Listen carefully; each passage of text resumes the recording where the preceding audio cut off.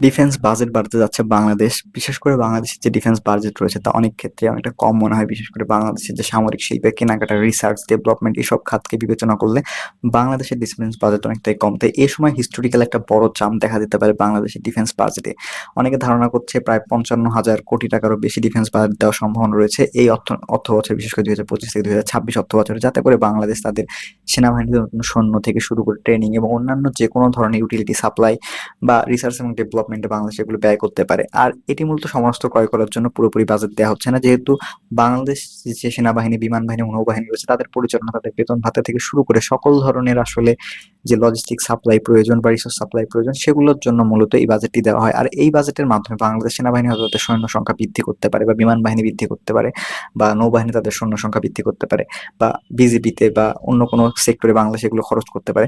বিশেষ করে বাংলাদেশের যে সেনা ঘাঁটিগুলো রয়েছে এগুলো সংস্কার, বিশেষ করে এয়ারপোর্টগুলো সংস্কার, বিমান ঘাঁটির যে সংস্কার রয়েছে এগুলো করার জন্য হয়তো এই বাজেট দেওয়া হতে পারে। তবে বাংলাদেশের যে কেনাকাটা রয়েছে, বিশেষ করে সামরিক শিল্পের যে কেনাকাটা রয়েছে, সেই বাজেট আসলে এই বাজেট থেকে মোটামুটি কখনোই আসা সম্ভব না। কেননা বাংলাদেশের সামরিক কেনাকাটা একটা বাহির থেকে আসে বা বাহিরের বাজেট থেকে আসে, যেটি মূলত এক্সট্রা ভাবে অ্যালোকেট করা হয়।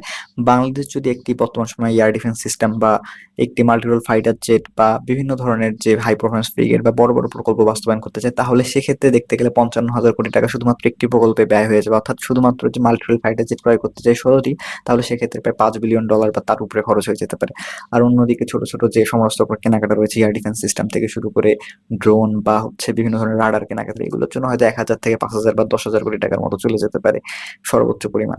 তো এ ধরনের বাজেটগুলো আসলে পরে দেওয়া হয়। যখন বাংলাদেশ আসলে মাল্টিরোল ফাইটার জেট কিনতে যাবে তখন তার জন্য একটি স্পেশাল বাজেট দেওয়া হতে পারে।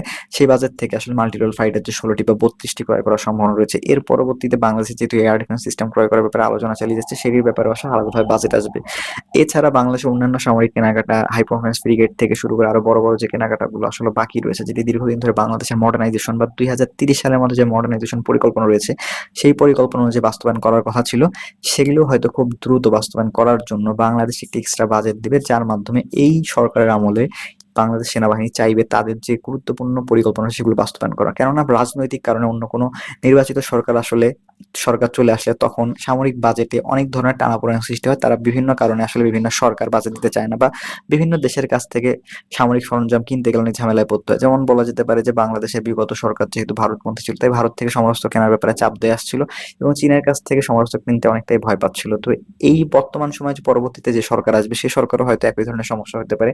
তারা হয়তো আমেরিকাপন্থী হয়ে যেতে পারে বা চীনপন্থী হয়ে যেতে, তাতে করে বাংলাদেশ সেনাবাহিনীর যে রিকোয়ারমেন্ট রয়েছে সেই রিকোয়ারমেন্ট অনুযায়ী আসলে সমরাস্ত্র ক্রয় করা অনেকটাই ঝামেলার পড়ে যেতে পারে। তাই এই সময় ইন্টারিম গভর্নমেন্ট যেহেতু একটা নিরপেক্ষ সরকার, তাই এই ধরনের একটি সরকার ব্যবস্থায় বাংলাদেশ সেনাবাহিনী যদি খুব দ্রুত তাদের প্রয়োজন এবং তাদের রিকোয়ারমেন্ট অনুযায়ী একটি সমরাস্ত্রের বড় বাজেট পেয়ে যায়, তাহলে সেক্ষেত্রে তারা তাদের ইচ্ছা অনুযায়ী এবং দেশের যে ন্যাশনাল সিকিউরিটি রয়েছে সেই ইন্টারেস্টের উপর কেন্দ্র করে বিভিন্ন সামরিক কেনাকাটা করবে। এতে করে রাজনৈতিক সরকারের প্রভাব থাকবে না এবং বাংলাদেশের ডিফেন্স রিলেটেড যে বিষয়গুলো রয়েছে সেগুলো তারা পূর্ণাঙ্গ বিবেচনা এবং কোয়ালিটি বিবেচনা করে এবং অর্থনৈতিক ব্যাপার বিবেচনা করে, বাংলাদেশের যে ভৌগোলিক অবস্থান রয়েছে তাকে বিবেচনা করে সর্বোচ্চ পরিমাণ যে সমরাস্ত্রগুলো বাংলাদেশের প্রেক্ষাপটে কার্যকরী হতে পারে, বাংলাদেশের ইকোসিস্টেমে কার্যকর হতে পারে, সেই ধরনের সমরাস্ত্র অর্ডার করার চেষ্টা করবে। তাই বর্তমান সময়ে সেনাবাহিনী চাইছে যে কোনোভাবেই আসলে ইন্টারিম গভর্নমেন্টের কাছে একটা বড় একটা বাজেট নেয়া। কেননা বর্তমান সময়ে বাংলাদেশের রেমিটেন্স সর্বোচ্চ পরিমাণ এসেছে এই বছর, বিশেষ করে প্রায় $30 বিলিয়ন কাছাকাছি চলে যাবে।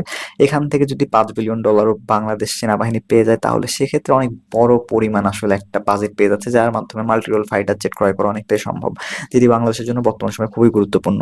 তো হয়তো দেখা যাবে যে বাংলাদেশ সেনাবাহিনী হয়তো এই ধরনের একটা বড় বাজেট নেওয়ার চেষ্টা করবে সামরিক কেনাকাটার জন্য। একই সাথে তাদের যে নরমাল বাজেট রয়েছে যেটি প্রায় ৫৫,০০০ কোটি টাকার মতো হতে পারে, সেটিও আসলে বর্তমান সময়ে বাংলাদেশ সেনাবাহিনী পরিচালনার জন্য ব্যয় হবে। অর্থাৎ এক্সট্রা বাজেটটিও বাংলাদেশ নেওয়ার চেষ্টা করবে বিভিন্ন বড় সামরিক ক্রয়ের জন্য। তো এই বিষয়ে আপনাদের গুরুত্বপূর্ণ মতামত জানাতে আমার কমেন্ট বক্সে, আর কোন বিষয় রয়েছেন তাও জানিয়ে দেবেন আমাদের কমেন্ট বক্সে। দেখা হবে অন্য কোনো আনসার, ইনশাআল্লাহ। বাই।